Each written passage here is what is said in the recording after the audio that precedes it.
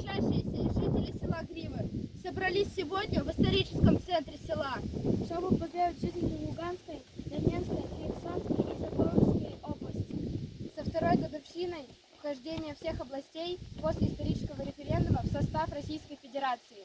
2 года назад сделал исторический выбор быть вместе с Россией. Вы вернулись в родную страну после 30-летнего нахождения на чужбине, в стране, которая не захотела стать для вас родиной, предавшей вас. Ваше вхождение в состав России является историческим свидетельством справедливости и веры миллионов людей в справедливость. Вместе с вами Россия станет сильнее, краше и лучше.